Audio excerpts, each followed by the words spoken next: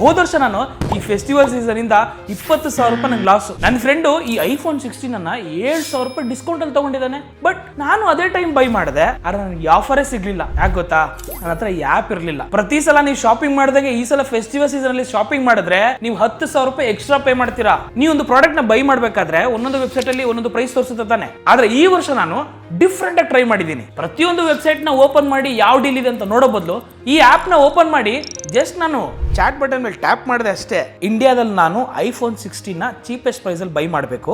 ಇದಕ್ಕೆ ನನಗೆ bank offers ಮತ್ತೆ ಕೂಪನ್ಸ್ ಸಜೆಸ್ಟ್ ಮಾಡ್ತೀಯಾ? ಮೊದಲು ಐಫೋನ್ 16 ಈಗಿನ ಕನಿಷ್ಠ ಬೆಲೆ ಎಲ್ಲಿ ಸಿಗತ್ತೆ ಅಂತ ನೋಡೋಣ. ಆಮೇಲೆ ಯಾವ ಬ್ಯಾಂಕ್ ಆಫರ್ಗಳು, ಡಿಸ್ಕೌಂಟ್ಗಳು ಮತ್ತು ಕೂಪನ್ಗಳು ಲಭ್ಯವಿವೆ ಅಂತ ಶೋಧಿಸೋಣ. ಒಂದು ಕ್ಷಣ, ನಾನು ಮಾಹಿತಿಯನ್ನ ಹುಡುಕುತ್ತೇನೆ.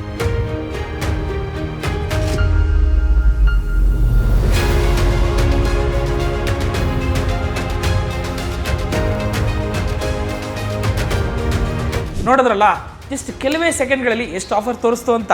ಅಂದಹಾಗೆ ಈ ಆ್ಯಪ್ ಹೆಸರೇ ಪರ್ಪ್ಲೆಕ್ಸಿಟಿ ಪ್ರೋ. ಇನ್ನೊಂದು ಕ್ರೇಜಿ ವಿಚಾರ ಏನು ಗೊತ್ತಾ? ಇನ್ ಕೇಸ್ ನೀವೇನಾದ್ರೂ ಏರ್ಟೆಲ್ ಯೂಸರ್ಸ್ ಆಗಿದ್ರೆ 1 ವರ್ಷಕ್ಕೆ ಫ್ರೀ ಆಕ್ಸೆಸ್ ಸಿಗುತ್ತೆ.